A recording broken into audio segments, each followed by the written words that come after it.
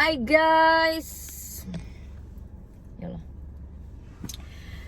Ini aku lama banget gak bikin video update tentang breast implant atau pembesaran payudara ya. Sorry guys ya.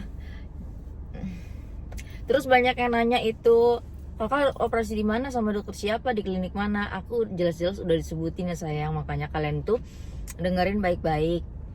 Aku sekali lagi ya ngomong ya, di Dokter Frank Buhari, dia itu bukan di klinik, tapi dia itu di rumah sakit Columbia Asia sama Setiabudi. Dia cuman ada 2 rumah sakit itu. Oke, sekarang aku mau bahas tentang breast implant dulu ya, habis itu nanti hidung. Aku operasi itu di bulan, sebentar ya sayang, aku lupa. Dari bulan Juli, Agustus, September, Oktober, November, Desember, Januari, Februari, Maret. Berarti udah 8 bulan ya. 8 bulan ini kondisi tete aku. Oke, udah 8 bulan kondisi tete aku ini semakin lembut loh guys. Jadi nggak terasa implannya. Jadi kan kalau kata-kata youtuber lain itu 6 bulan ya kan, dia itu udah apa, lembutnya, kata dokter juga begitu. Dan sekarang aku rasanya tuh udah kayak nggak ada implannya. Ini aku nggak pakai BH ya guys.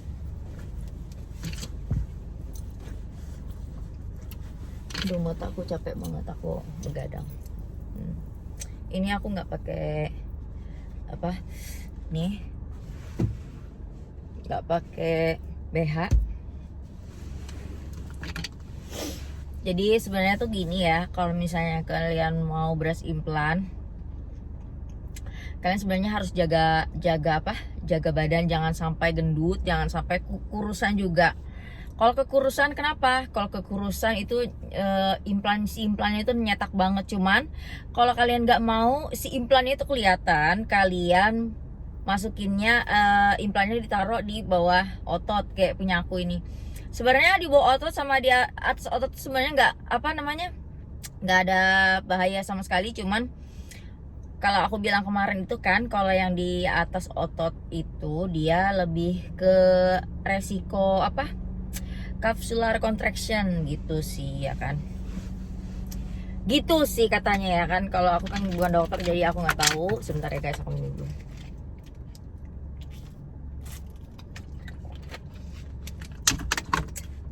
Ayah, kalau dipegang-pegang tuh udah nggak ada kayak implannya lagi. Udah nyaman banget pokoknya, lentur banget. Nah terus karena aku naruhnya di bawah otot, jadi dia tuh ngikutin bentuk badanku gitu. Jadi aku nggak bisa yang kayak but gitu, kayak di atas sini aja nempel, nggak bisa. Terus kita itu kalau pilih implan sesuai sama tubuh kita. Ada orang yang cocok itu di 500 cc. Kalau aku ini mungkin 335 cc itu sudah paling besar ya guys. Ini dokternya yang pilihin. Terus aku juga nggak mau besar-besar karena aku tuh olahraga. Jadi takutnya kalau misalnya aku olahraga itu lari-lari nanti keberatan di tete gitu. Itu guys. Terus apalagi ya? Udah sih segitu aja. Sekarang udah merasa lembut banget. Udah nggak terasa implannya. Terus yang bilang juga, ada yang pernah bilang sama aku pengen operasi tapi takut nggak berasa lagi, katanya kan nggak terasa. Aduh guys, itu masih berasa banget dan enak. Dan kalian kalau misalnya pakai implan tuh kayak lebih pede aja gitu, soalnya tuh bentuknya tuh bagus gitu loh. Sekarang kita lanjut ke hidung ya. Oke, kayaknya udah di tete untuk hidung. Kalau hidung aku itu sebenarnya guys ya, aku mau jujur sama kalian. Sebenarnya kemarin itu aku ada rencana pengen ganti implan atau pengen dilepas gitu ya kan. Dokter aku bilang, kamu kenapa nggak mau ganti tulang iga? Sebenarnya gini ya guys, selain mahal, tulang iga itu aku nggak maunya. Aku males banyak sayatan di badanku, udah gitu pasti sakit banget.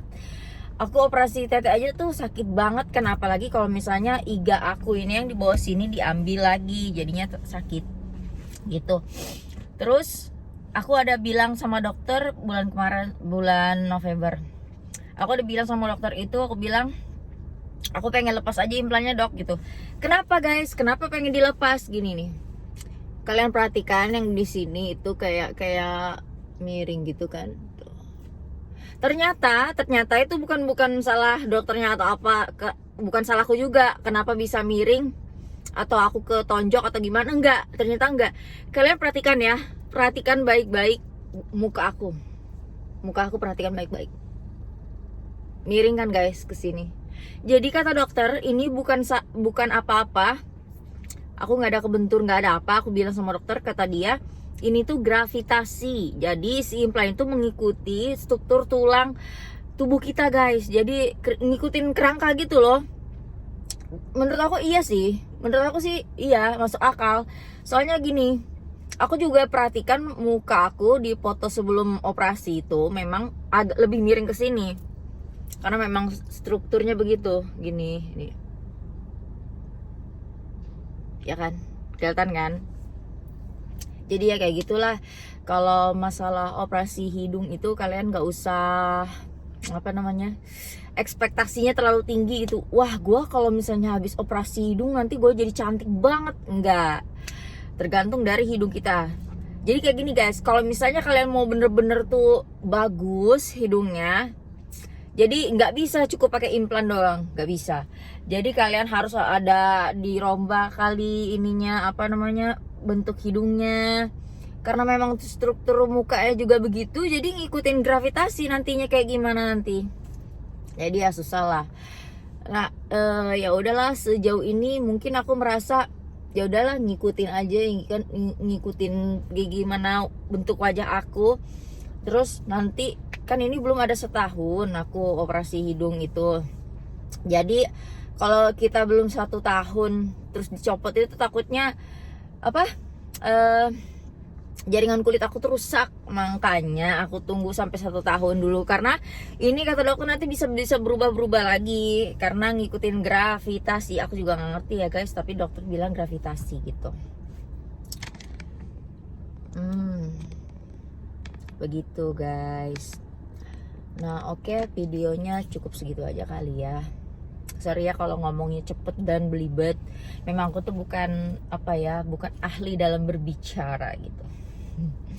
Kalian mau nanya apa lagi, tanya aja. Terus kalau yang masalah operasi payudara itu harganya aku udah sebutin ya sayangku. Startnya pokoknya kalau misalnya tete kalian masih bagus, tete kalian masih yang montok gitu, kayak masih perawan lah, belum pernah menyusuin, harganya pasti 70-80-an dimanapun ya, dokter manapun. Nggak tahu juga sih ya kalau dokter lain ya, tapi kalau di Thailand katanya 40 jutaan sih. Nah terus kalau misalnya di Samarinda aduh tolol aduh, tapi kalau misalnya di Indonesia pokoknya harganya sekitar 70-80-an gitulah pokoknya. Itu enggak enggak ada patokan kalau misalnya pengen gede segini, pengen kecil segini, enggak kayak gitu. Nah terus kalau misalnya yang kalian udah teteknya menyusuin, itu pasti breast reduction kayak aku, pasti harganya 120 sampai ke atas gitu. Nah aku kebetulan yang di atasnya 120 begitu guys. Jadi ya begitulah. Kalian kalau misalnya mau operasi tete, kalau belum nikah dan belum menyusui, kalian punya anak, aku saranin sih jangan nyusuin ya. Soalnya nanti kan apalagi kalau lama-lama menyusui, pasti nenen kalian itu turun dan ya harus dinaikin mau nggak mau, nggak bisa kalau misalnya enggak. Jadi kalau misalnya kalian pasang implan nggak di lifting itu nanti kayak pepaya gantung guys. Pepaya gantung, tahu kan pepaya gantung ya gitulah, kayak berkantong gitu. Terus kalau kalian saran aku yang mau operasi tete, menyusuin dulu kalau kalian mau menyusuin anak, terus nanti operasi gitu. Kalau misalnya belum punya anak, sayang nanti dirombak lagi, harus dibaiki lagi teteknya gitu guys. Jadi yang mau operasi tete itu ya terus rasa kalian sih. Kalau misalnya kalian banyak duit ya kan, kalian rombak lagi, udah punya anak rombak lagi nggak apa-apa gitu. Oke, segitu aja kayaknya ya guys. Nanti 2 tahun kemudian kayak atau kapan aku nanti bikin video lagi. Oh ya, maaf banget aku tadi ngaco pikirnya kemana-mana ngomongnya, ngelantur ngomong malah ke Samarinda. Sorry guys ya. Dadah.